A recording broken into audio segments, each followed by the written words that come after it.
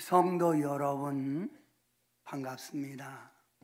여러분은 신앙생활이란 어떤 거라고 생각하십니까? 신앙생활 어떤 거예요? 신앙생활이란 하나님의 사랑과 은혜를 내가 얼만큼 깨달았느냐, 이걸 아는 게 신앙생활이에요. 하나님의 사랑과 하나님의 은혜를 내가 깨달은 정도에 따라서 신앙생활 열심히 하는 좋은 성도가 될 수 있고, 죽도록 충성헌신하는 신실한 성도가 될 수가 있는 거예요. 교회를 다녀도 하나님의 사랑, 하나님의 은혜를 깨닫지 못하면 피상적인 명목상 성도가 될 수 있지요. 뭐 열심히 낼 필요가 있겠어요? 시간 있으면 교회 오고 바쁘면 예배 빠지고. 신앙생활은 자유라고 떠들어댑니다. 그것은 하나님의 사랑, 하나님의 은혜를 깨닫지 못한 데서 오는 거예요. 신앙생활은 하나님의 사랑과 은혜를 얼마만큼 깨달은 것에 따라서 열정이 있는 거예요.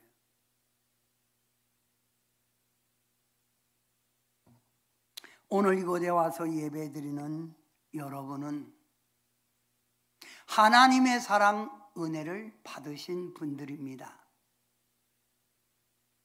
지금까지 하나님의 은혜와 사랑을 받고 살아왔고, 앞으로도 이 하나님의 사랑과 은혜가 계속될 것입니다.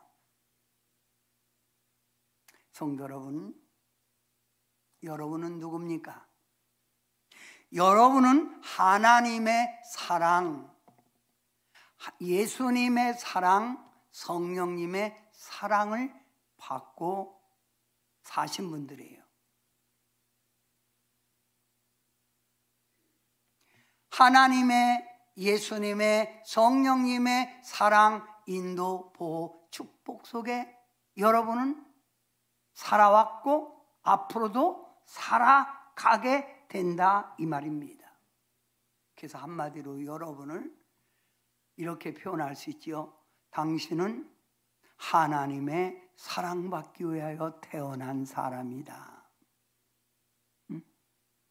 당신은 사랑받기 위해 태어난 사람. 당신의 삶 속에서 그 사랑 받고 있지요. 당신은 하나님께 사랑받게 태어난 사람. 성도 여러분에게 질문해 봅니다. 여러분이 하나님을 믿었어요? 하나님이 여러분을 선택했어요?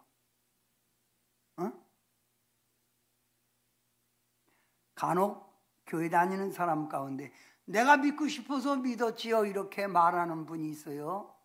아닙니다. 성도 여러분, 요한복음 15장 16절 말씀에 보면 너희가 나를 택한 것이 아니요 하나님 내가 너를 택하여 세웠나니라고 말합니다. 여러분은 이 세상의 수많은 사람들 가운데 하나님의 사랑받기 위하여 선택받은 자예요. 선택받은 자. 제가 학교 다닐 때도 이렇게 뽑히는 일들이 많았어요. 특히 제가 기뻐한 것은 국제부흥사협의회 총재로 제가 뽑힌 거예요. 얼마나 기쁜지. 속으로 제가 뽑혔다.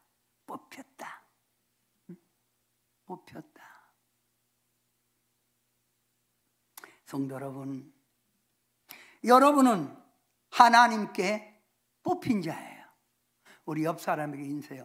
성도님은 뽑혔습니다. 시작. 뽑혔어요. 뽑혔어. 응? 그러면 하나님께 뽑힌 사람, 하나님이 선택한 사람, 성경에는 이렇게 말씀하고 있어요. 죄인된 자가 의인이 되고 하나님의 사랑받는 자녀가 된다. 이렇게 됐잖아요. 이렇게 하기 위해서 하나님이 여러분을 뽑은 거예요. 문 1번 답입니다. 또 하나님이 뽑힌 사람, 하나님께 뽑힌 사람, 하나님이 선택한 사람은 하나님이 언제나 그와 동행해 주십니다. 사망의 음침한 골짜기로 다닐지라도 하나님이 함께 해 주셔요. 그리고 그를 잔잔한 물가로 쉴 만한 푸른 초장으로 인도해 주십니다. 그래서 하나님이 뽑은 사람은 하나님이 목자장이 돼 주셔서 인도해 주신다. 얼마나 복이에요? 하나님이 뽑은 사람, 환난 고통에서 하나님이 건져주신다.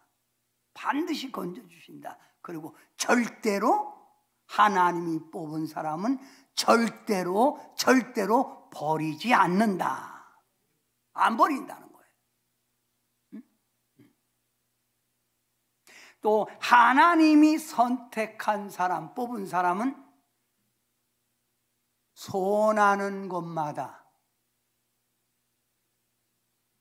부르짖는 기도마다 응답 주신다는 거예요. 그래서 성경에는 너는 아무것도 염려하지 말고 너의 구할 것을 감사함으로 하나님께 아뢰라 했잖아요. 하나님이 뽑은 사람, 이 땅에서 이와 같이 하나님의 사랑, 승리, 축복 속에 살아가다가 언젠간 때가 되어 죽으면 우리 하나님이 특별히 선택한 자를 위하여 만드신 신천신지 새하늘 천국에 가게 된다 이 말이에요. 자, 저는 오늘 여러분에게 하나님이 선택한 자, 이런 복을 받기 위하여 하나님이 선택했다는 거예요. 그래서 여러분은 이 땅에 뭐 받기 위하여 태어난 사람? 하나님 사랑받기 위하여 태어난 사람. 당신은 사랑받기 위해 태어난 사람. 당신의 삶 속에서 그 사랑 받고 있지요. 당신은 사랑받기 위해 태어난 사람. 당신의 삶 속에서 그 사랑 받고 있지요. 아멘. 하나님의 부름받은 성도는 이 하나님의 사랑과 은혜를 깨달을 때부터 신앙생활이 시작되는 거예요. 응? 이 사랑 모르면 신앙생활 하다가 중간에 그만두는 사람 많아요. 마음이 안 들어서 그만두고, 바빠서 그만두고, 먹고 살기 위해서 그만두고. 그러나 이 하나님의 이 위대한 사랑을 아는 사람은 그때부터 신앙생활이 시작되고, 이 하나님의 사랑과 은혜를 깨달을수록 더 믿음의 사람, 하나님께 감사하는 사람, 충성의 사람이 될 수 있는 거예요.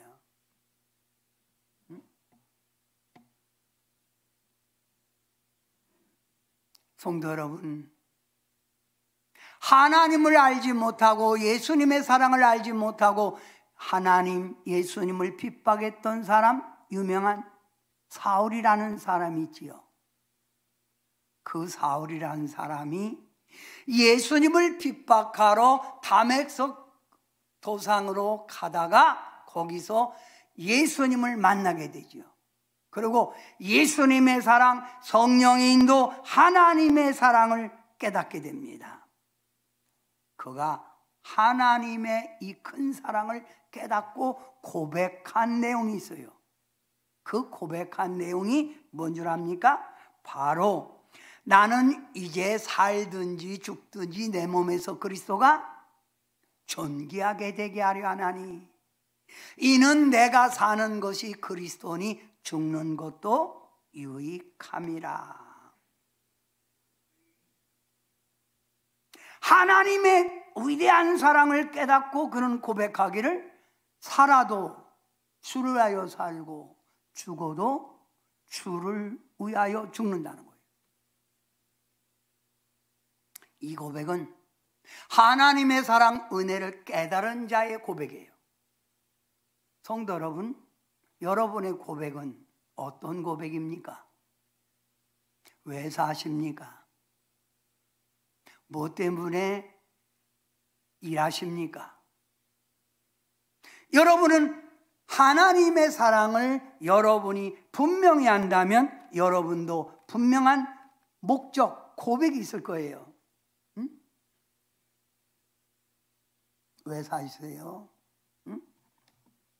바울의 이 고백을 여러분이 고백이 돼야 됩니다.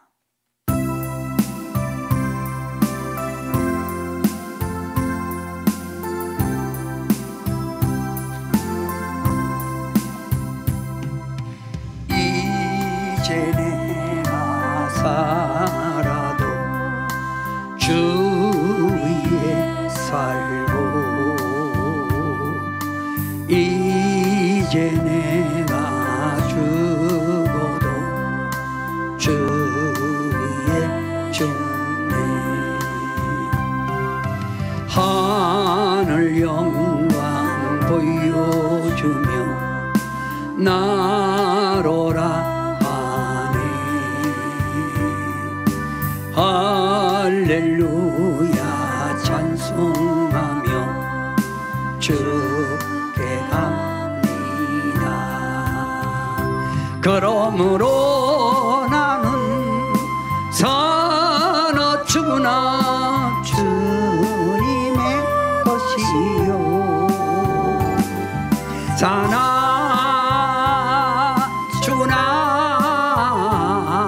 사나 죽으나 날 위해 피 흘리신 내 주님의 것이요. 하나님의 사랑과 은혜를 안다면 여러분도 바울처럼 이 삶의 고백을 할 수밖에 없는 거예요. 응? 성도 여러분, 신앙생활이란 삶의 목적을 발견한 거예요. 내가 왜 사느냐? 살아도 주님 영광, 죽어도 주님 영광. 이게 바로 성도의 삶의 목적이라 이거예요.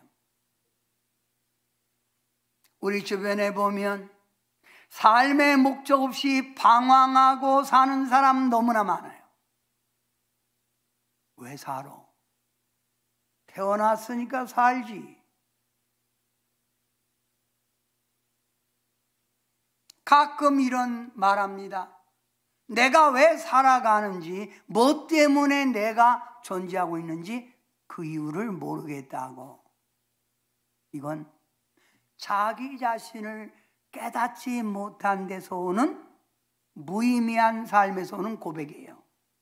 응? 성도 여러분, 하루를 살아도 뜻을 가지고 살아가는 것,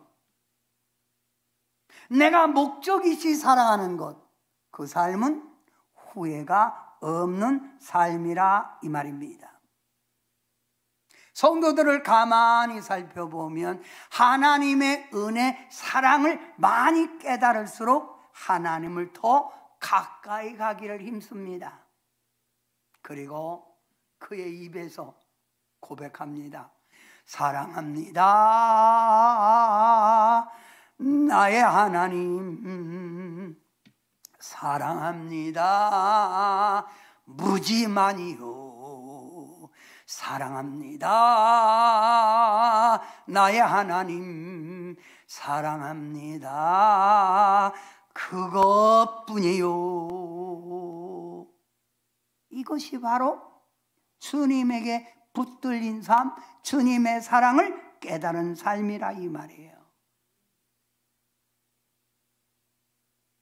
그 사랑에 감사해서 그 사랑에 더 하나님의 사랑에 더 누리고 싶어서 영적 교류하는 예배에 빠지지 않고 열심 내고 하나님 말씀 증거할 때 한 말씀이라도 내 영의 양식이 되고 하여 눈을 크게 떼고 아멘 아멘으로 받아들이고 찬송과 기도가 살아있지요. 그런데 교회 다녀도 이 하나님의 은혜 사랑을 모르면 교회 와서도 형식적으로 몸뚱이만 와서 앉아있는 거예요. 그러니까 앉아서 저를 쳐다보는데 딴 생각하는 거 눈동자 보면 여기서 내려다보면 압니다. 네. 은혜 받은 사람은 눈에 초점이 있어서 저를 쳐다봐요. 그래서 어떤 목사님이 눈 돌리지 마라. 딴 생각하고 자꾸 눈 돌린다 이거예요. 응?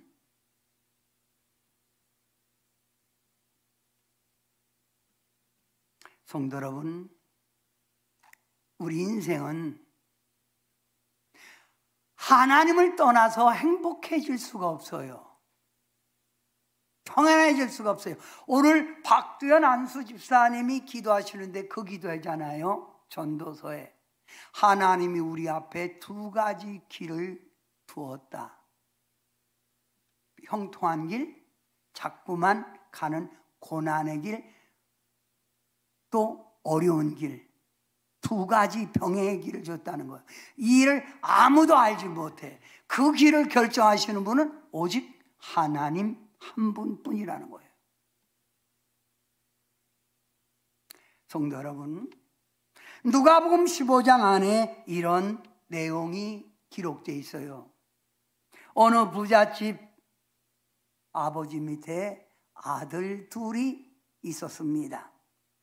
큰아들은 아버지를 떠나 사는 삶, 그것은 불행이다 생각하고 늘 아버지 그늘 안에서 평안하게 잘 지내고 있었습니다.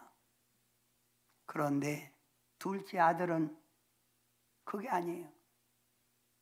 아버지 곁을 떠나 나 스스로의 삶을 살아가는 것이 좋겠다. 내가 나가서 아버지 간섭받지 않고 내 멋대로 하면 내가 자수성가하여 멋지게 성공할 것이다 생각하고 아버지를 조릅니다. 아버지, 제게 줄 상속 재산 있잖아요. 그거 미리 주세요. 제가 나가서 저 한번 꿈을 펼쳐보겠습니다. 아버지 품을 떠나겠다는 거예요. 아버지 간섭을 안 받겠다는 거예요. 그래서 아버지를 자꾸만 조르고 또 계속 조르고 졸라댑니다. 아버지는 둘째 아들의 간청에 못 이겨서 그래 한번 네 마음껏 해보아라 하고 아버지가 그 자녀에게 재물을 줬습니다. 둘째 아들은 아버지 품을 떠났습니다. 꿈을 크게 가지고 자기 마음대로 살아보겠다고, 내가 하면 성공해 보겠다고 꿈을 가지고 아버지를 떠났습니다. 성도 여러분, 누가복음 15장 안에 둘째 아들에 대하여 뭐라고 말씀하고 있어요? 결론이 나오잖아요. 뭐라고 말씀이지요? 아버지 품을 떠난 둘째 아들, 자기 계획대로 모든 일들이 잘 될 줄 알았는데 이상하게 막히고 손해보고 사람들에게 속고, 그래서 결국 둘째 아들은 모두 다 탕진하고 거지가 돼서 아버지 품으로 돌아왔다는 것이 누가복음 15장의 내용이에요. 그게 누가복음 15장이에요. 응? 성경에 뭘 주장하는 거예요? 아버지 품을 떠나면 잘못된 것, 실패하는 것이라는 걸 강조하고 있는 거예요. 응? 성도 여러분, 하나님 품 떠나서 내가 열심히 산다고 된다면 다 부자 되게요? 다 형통하게요? 하나님 품을 떠나는 그 순간 자기 자신도 모르게 자꾸만 죄 속에 빠져들게 되고 세상 넓은 길에서 편리한 대로 살아가게 됩니다. 성경에는 이렇게 말합니다.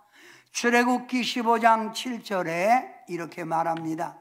주께서 주의 큰 위엄으로 주를 거스리는 자를 어떻게 한다? 엎어버린다는 거예요. 엎어버린다. 야, 확 엎어버린다 이거예요. 엎는다는 게 뭐예요? 이렇게 된 걸 확 뒤집어 엎어온다는 거예요. 그러니까 환난, 고난이 올 수밖에 없다는 거예요. 지금 잘 된다고요? 결과는 두고 봅시다. 신약성경 갈라디아서 3장 10절에 누구든지 율법책에 기록된 대로 모든 일을 항상 행하지 않는 자, 뭐 아래 있는 자라? 저주 아래 있는 자라는 거예요. 저주 아래 있는 자. 응? 어떻게? 하나님 떠나서 내가 잘 살 것 같습니까? 그건 하나님의 선택되지 않은 사람의 생각이에요.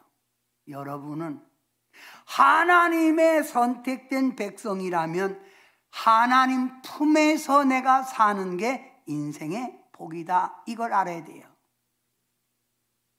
사랑하는 성도 여러분, 여러분이 믿는 하나님은 어떤 분인가요? 여러분이 믿는 하나님에 대해서 한나, 사무엘의 어머니 한나가 이렇게 고백합니다. 하나님에 대해서 여호와는 죽이기도 하고 살리기도 하고 가난하게도 하고 부하게도 하고 낮추기도 하고 높이기도 하는 분이라는 거예요. 인생 내가 좌우하는 게 아니에요. 전도서 9장 1절에도 인생은 하나님 손 안에 있다는 거예요. 하나님 손 안에 있다.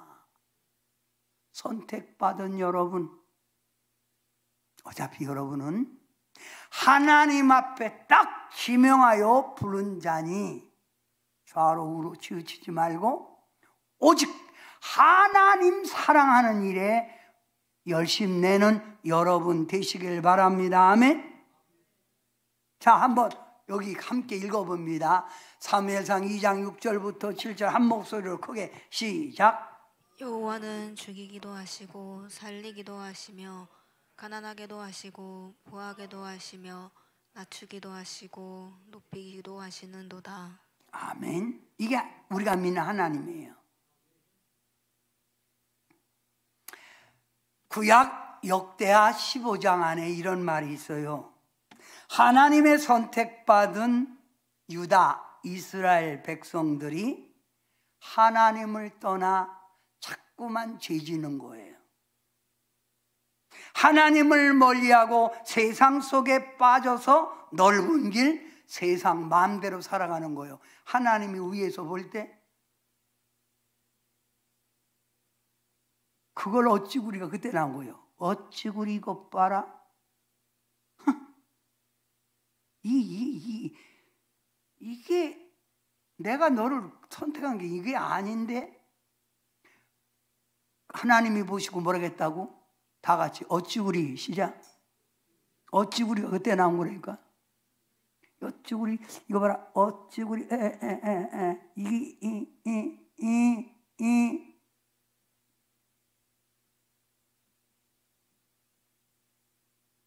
입으로는 하나님을 찾는데 마음은 하나님을 떠난 거예요. 그리고 자꾸만 세상 속에 삽니다. 이럴 때 하나님이 선택한 유다, 이스라엘 백성들을 어떻게 했다고요? 전쟁이 일어나게 하는 거예요. 외부에 적이 쳐들어오게 하는 거예요. 그리고 쳐들어오니 민족끼리 또 싸움이 붙는 거예요. 민족끼리, 같은 유다 백성끼리 싸움이 붙어요. 막 그러니까 나라가 혼란해지는 거죠. 혼란. 그리고 하나님이 재앙을 베푸니 지진이 나고 가뭄이 들고 한마디로 쑥대밭이 되는 거예요. 자, 이런 현실이 되니까 유다 백성들이 그때서 어떻게 하는 거예요? 아유, 못 살겠네. 아이고 이거 우리 망했다. 막 한탄하고 낙심하고 절망하는 거예요. 이런 현실 속에서 하나님의 영이 오뎃의 아들 아사랴에게 임하는 거예요. 하나님의 영이 오뎃의 아들 아사에게 임하는 거예요. 그래서 임해서 하나님의 말을 하는 거예요. 아사가 뭐라고 하는 줄 아세요? 너희가 하나님을 버리면 하나님도 너희를 버리시리라. 하나님을 찾으라. 그것이 너희가 사는 길이다 라고 아사가 외치고 다니는 거예요. 그랬더니 하나님의 선택한 유다 백성의 방백들이 백성들을 모으고 맞다! 이게 맞다. 그리고 그들이 15장 15절에 다 같이 시작, 한 목소리로 시작.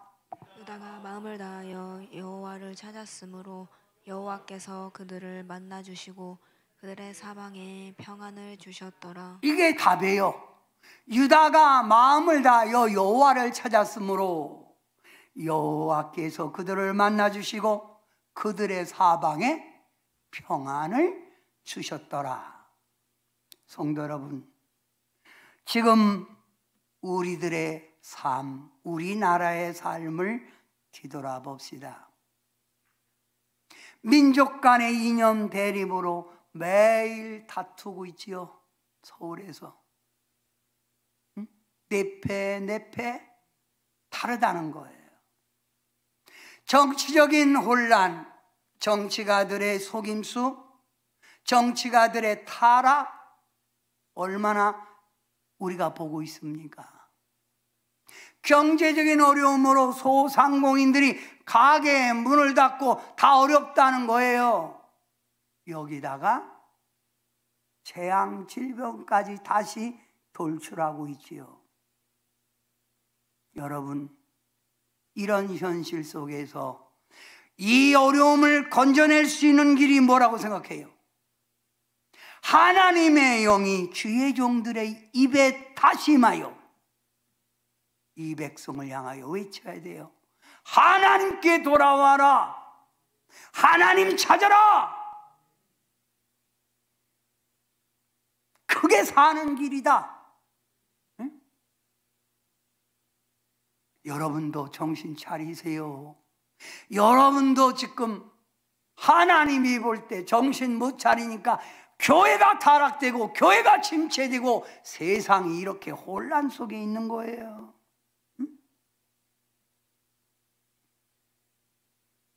우리 인생의 행복과 승진은 하나님 안에 있어요.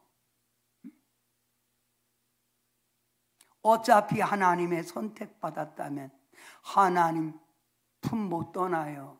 하나님 손바닥에 있는 거예요. 우리 옆 사람에게 뜨겁게 하나님 믿으시다. 시작. 그게 사는 길이에요. 그게 2025년 한 해 여러분의 삶이 평탄한 길이고 복받는 길이라 이거예요. 응? 두 번째 여러분에게 말합니다. 하나님의 사랑, 하나님의 은혜를 깨달은 성도는 어떤 삶을 살까요? 자식도 보면 부모님의 은혜를 아는 자식이 부모님을 끝까지 효도해요. 그런데 부모님의 은혜, 부모님의 사랑을 그렇게 많이 받았는데도 그걸 깨닫지 못하는 자는 부모님의 섬김을 제대로 못 가져요. 제가 유튜브에 보니까 아버지가 부인이 일찍 죽고 아들 하나, 딸 하나가 있는데 그 아들을 미국에 유학시켜 의사 만든 거예요. 재산 다 팔아서 의사 만들었으니까 미국에서 좋은 여자, 미국 여자 만나고 결혼하고 아버지 결혼식에도 초대를 안 하는 거예요. 그 아버지 집에도 못 오게 하는 거예요.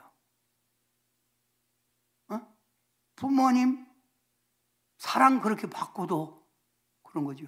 그 아버지가 노숙자로 일을 하는 거예요. 근데 노숙자로 일하다가 이 아버지에게 기회가 왔어요. 로또 복권 45억이 된 거예요. 그래서 이 아버지가 옷 쫙 빼입고 멋진 외제차 타고 딱 아들 앞에 나타난 거예요. 왼수 갚았다 이거지. 네? 그러니까 아버지 어쩐 일이에요? 네가 내 자식이냐 모르겠는데. 응? 신앙생활도 말입니다. 하나님의 은혜와 사랑을 많이 깨닫는 자일수록 그 은혜에 보답하려고 해요. 보답. 교회에 몸뚱이만 왔다 갔다 하는 성도가 아니라 그 은혜에 보답하고자 하는 신앙. 그래서 고린도후서 6장 1절에 사도 바울이 하나님의 은혜를 헛되이 받지 말라. 무슨 말이에요? 은혜를 받았다면 은혜의 대가를 치르라는 거예요. 은혜의 대가를 치르라. 성도 여러분,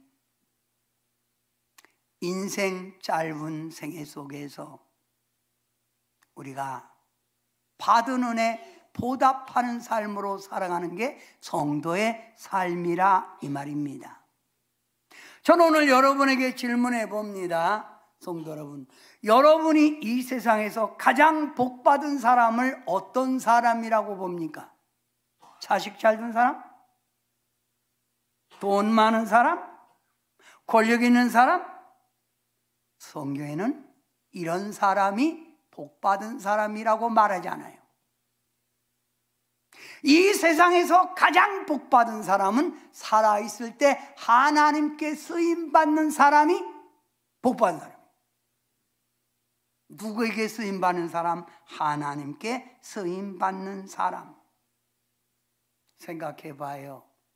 여러분이 하나님을 알지 못했을 때는 여러분 마음대로 살았지요. 넓은 길, 세상의 풍조, 세상이 이끌린 대로 살았지요. 돈의 욕심에 매여 돈 타령하며 살았지요. 죄의 마음대로 살았지요.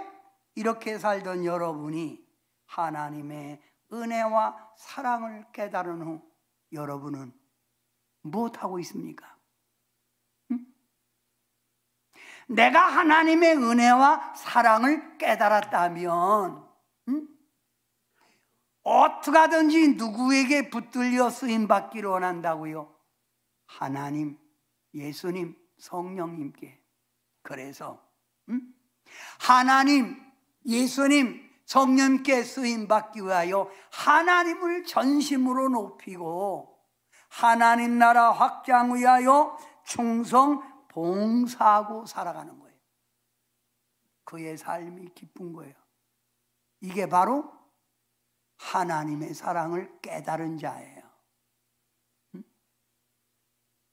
저는 어제 우리 지방에서 2025년 임직자 훈련 제가 강사로 서서 그들을 교육했습니다.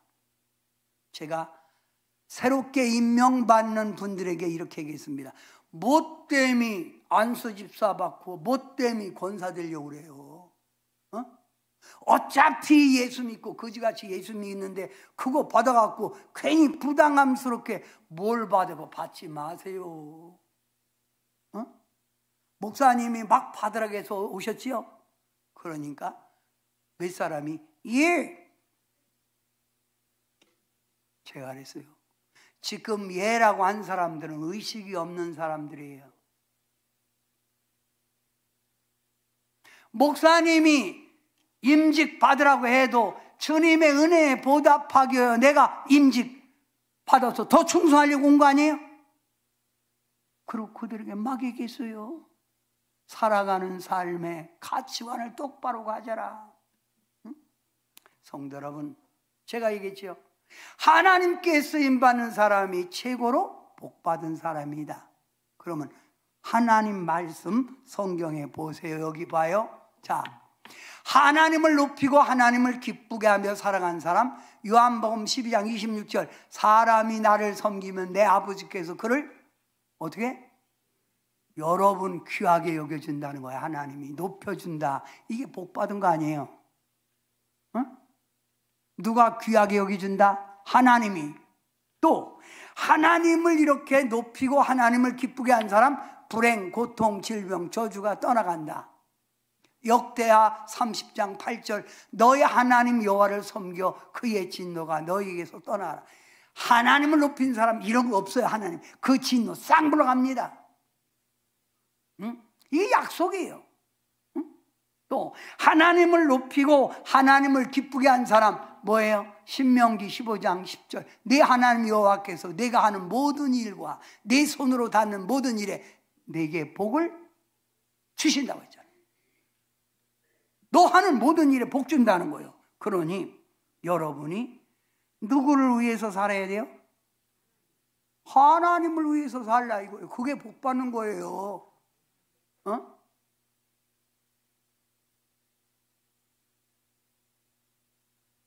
그게 복 받는 거예요. 그게.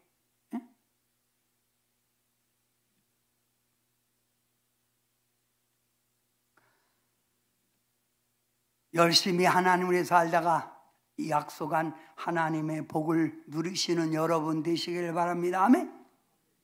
가끔 제가 목회하면서 이런 질문을 받을 때가 있어요. 목사님, 근데 하나님의 사랑, 하나님의 은혜, 목사님 자꾸 말씀하는데 제가 교회 다닌 건 하나님이 선택해서 다니는 거죠. 맞지요? 여러분, 어제 제가 이런 상담을 받았어요. 장로님 한 분이 구정 명절이라 선물을 사갖고 목사님 댁에 방문했대요. 부부가. 목사님이 고맙다고 하고 축복기도 해주고 보내면 되잖아요. 그런데 목사님이 장로님을 불끄럼 쳐다보더니 그러더래. 내가 장로님한테 한 거 묻고 싶어요. 장로님 구원 받았어요? 이게 얼마나 이게 진짜. 그러니까 장로, 예? 나 장로인데요. 아니 장로 알지요. 근데 구원 천국 가겠냐 이 말이요. 화가 이렇게 난 거야. 이게 나한테 향한 질문이냐고. 여러분, 제가 여러분에게 우리 박두현 안수 집사님 구원 받았어요? 그리고 묻는다면 박두현 집사님 아멘 해주면 선물 사갖고 왔을 때 이렇게 물으면 되게 기분 나쁘지. 돌아서면서 나를 어떻게 보고 구원 받았느냐고. 내가 지금 40년 신앙생활인데 구원 받았냐고. 이게 평범한 질문 같아요? 똑바로 일하세요.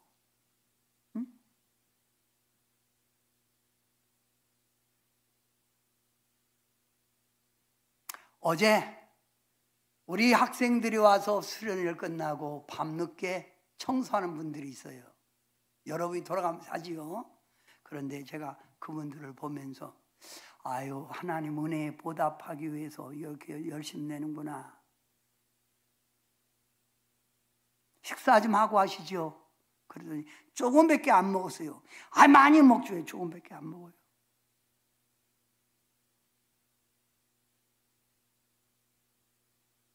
우리 신앙생활하는 가운데에 주변을 돌아다 봐요. 교회는 다녀도 여전히 환난, 시련, 고통 속에 살아가는 사람 있어요, 없어요? 많잖아요. 그죠? 많잖아요. 그러면서 왜 이렇게 힘든지 모르겠어요. 예수 믿어도 그래요. 왜 그러냐면 하나님 진짜 나 살아내는 거 모르겠어요. 그렇게 말하지요. 여기에 대해서 제가 확실하게 대답할게요. 여러분, 고난이 하나님의 사랑의 표현이에요. 그 시련이 하나님이 여러분에게 주는 영적 훈련이에요. 자, 성경에는 인생의 고난 환난은 손해가 아니라 유익이라고 그랬죠. 유익. 자, 봐, 여기 신명기 8장 16절 하나님 약속입니다. 하나님은 반드시 낮춘 후에 뭘 준다? 복 준다. 낮춘 후에 복 줘요. 성경 다 봐요. 낮춘 후에 하나님이 복 줬어요. 낮아질 때일수록 겸손하고 하나님 품으로 가란 말이에요. 원망 불평하지 말고, 어찌구리 하지 말고. 또 욥기 23장 10절 연단한 후에 하나님이 뭐처럼 쓴다? 순금은 연단할수록 순금이 되는 거예요. 14금이 아니라 순금. 히브리서 12장 5절부터 6절 하나님은 그를 징계한 후에 하나님의 온전한 아들과 딸을 만든다는 거예요. 때려서라도 만든다는 거예요. 그래서 아비가 어찌 자식을 징계하지 않는 아들이 있으리요? 얻어 터져야 진짜 신앙이 되는 거예요. 요즘 제가 이렇게 생각해요. 요즘 성도들 많이 하나님이 출급해야 돼. 다시 그래야 정신 차려. 기분 나쁩니까? 맞을 짓 하지 않으면 되잖아요. 에?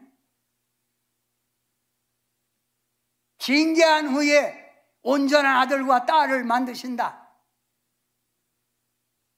베드로전서 1장 7절 연단한 후에 칭찬과 영광과 존귀를 받게 하신다. 하나님이 역사하는 거예요. 그래서 성경에 자 베드로전서 4장 12절 다 같이 한 목소리로 한번 해봅니다. 다 같이 한 목소리로 시작. 이상한 일 당하는 것 같이 이상히 여기지 말라. 너에게 오는 환난, 시험, 고통을 이상하게 생각하지 말고 깨달아라. 응? 깨달아라. 로마서 8장 28절 하나님을 사랑하는 자 곧 그 뜻대로 부르심을 입은 자에게 모든 것이 합력하여 선을 이룬다고 했잖아요. 망하게 하는 길이 아니란 말이에요. 예수님을 닮게 하는 길이라 이거예요. 믿음의 자리로 깊이 들어가라고 하는 하나님의 신호라 이거예요. 자, 성경 구절 한 구절 더 크게 읽습니다. 사도행전 14장 22절 한 목소리로 크게 시작. 우리가 하나님의 나라에 들어가려면 많은 환난을 겪어야 할 것이니라. 우리가 하나님 나라에 들어가려면 많은 환난을 겪어야 되는 거예요. 불순물을 빼고 죄악된 길에서 돌아서고 그래서 하나님 오실 때 들림받고 천국 가는 거예요. 고난이 내게 유익이에요. 고난은 하나님이 주는 영적 훈련입니다. 고난은 하나님이 주신 사랑의 표현입니다. 고난은 하나님의 선택받은 자들을 값지게 만드는 길이라 이 말입니다. 성도 여러분, 오늘의 현실의 삶이 힘들고 어렵습니까? 그렇다면 하나님 의심하지 말고 먼저 여러분의 신앙부터 점검하십시오. 내가 하나님을 가까이 하고 있는지, 내가 하나님을 지금 진리로 살아가는지 이것부터 점검하라 이 말입니다.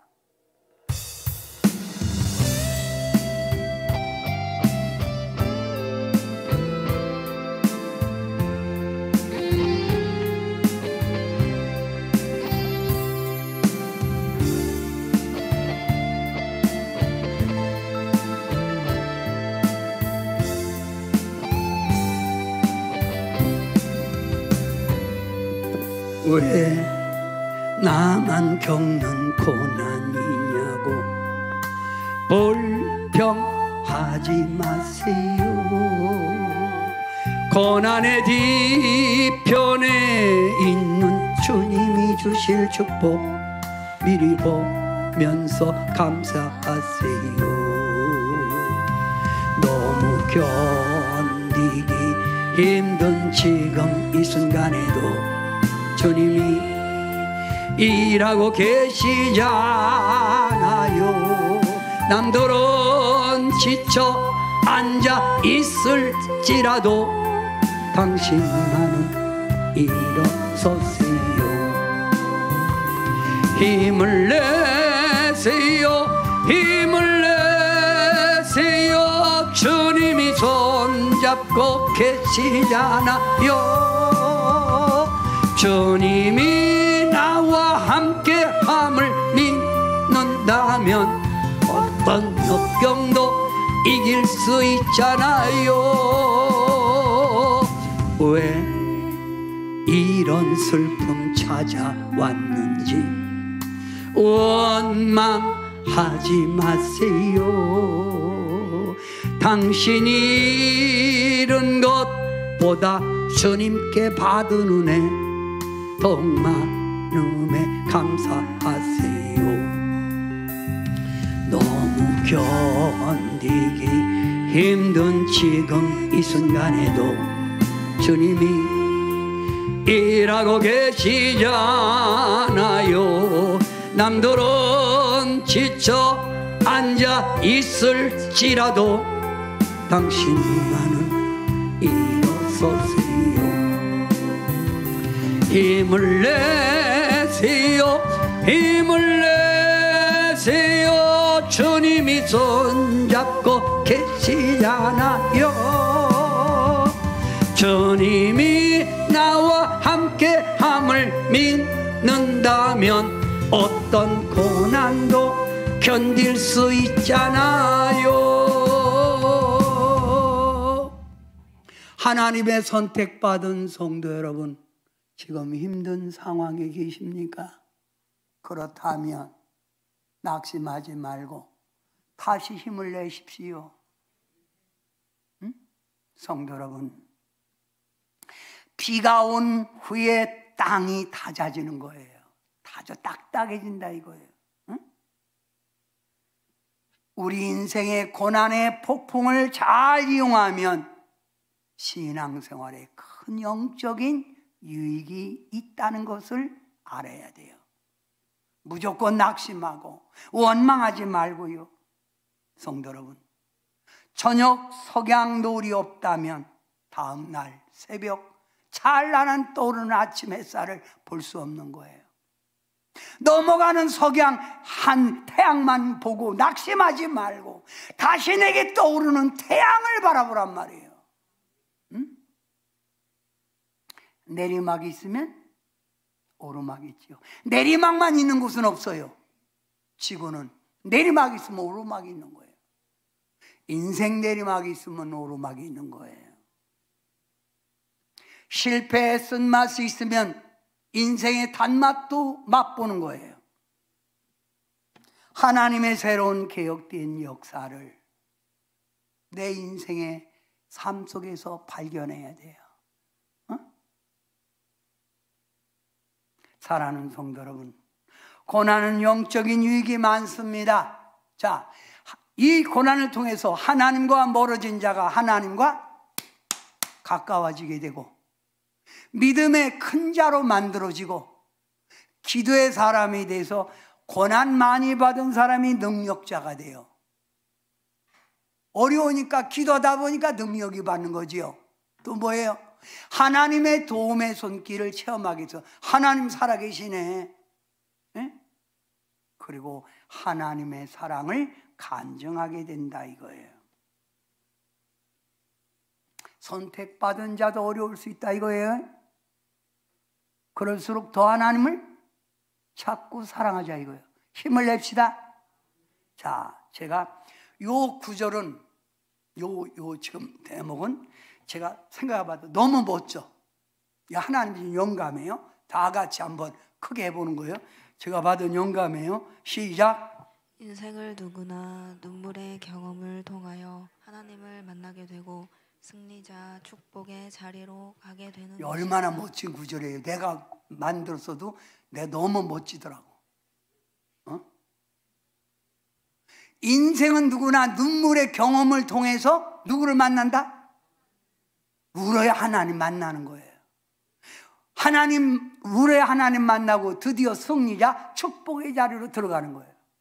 그러니 울지 말고 하나님이 나를 선택했다는 확신을 가지고 힘내면 돼요. 아멘. 결론을 내려봅니다. 여기 있는 여러분은 하나님의 선택받은 자예요.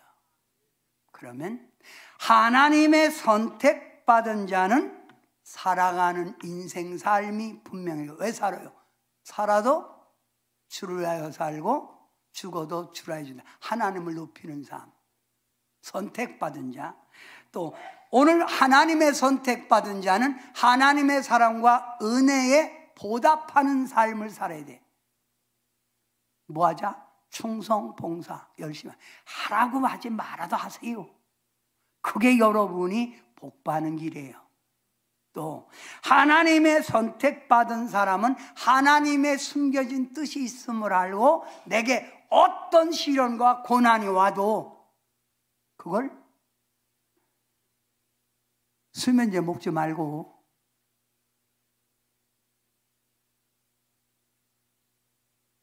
농약방 가서 제초제 먹지 말고 원망 불평하고 그러지 말고 하나님의 숨겨진 뜻이 있음을 알고 어떤 시련과 고난이 와도 영적인 면으로 받아들이면 하나님이 나를 정금처럼 쓰려고 하네. 이 고난만 지나면 하나님의 복이 있네. 이걸 알고 힘내서 축복의 주인공 되시길 바랍니다. 오늘 저는 여러분에게 확실한 말입니다. 여러분은 하나님이 지명하여 부른 자예요. 즉 선택받은 자예요. 다 같이 여러분 두 손을 들고 제가 먼저 할게요. 뽑혔다. 기쁘게 하세요. 여러분 비참하게 하나님 앞에 비참하게 뽑혔다 그러지 말고 전능하신 하나님께 뽑혔다. 우리 박종남 집사 한번 뽑혔다 한번 해봐요. 뽑혔다. 다 같이 시작. 뽑혔다. 기도합니다. 오늘 이 자리에 계신 성도님들은 하나님께 뽑힌 자들입니다. 이 하나님의 뽑힌 자들을 사랑하시는 주님, 사랑하는 성도들이 뽑힌 자답게 인생 삶의 목적을 발견하고 하나님이 주신 사랑의 은혜에 보답할 줄, 은혜에 보답할 줄 아는 충성의 일꾼들 되게 하시고 어떤 내 삶의 고난, 시련이 와도 하나님이 주시는 영적 훈련으로 받아들이게 도와주셔서 성도님들 삶에 2025년 삶에 하나님의 뽑힌 자의 그 삶의 사랑을, 능력을, 은혜를 마음껏 누리게 도와주시옵소서. 그래서 나는 뽑혔다, 나는 뽑혔다 이 간증하며 살게 하옵소서. 예수님의 이름으로 간절히 기도하옵나이다.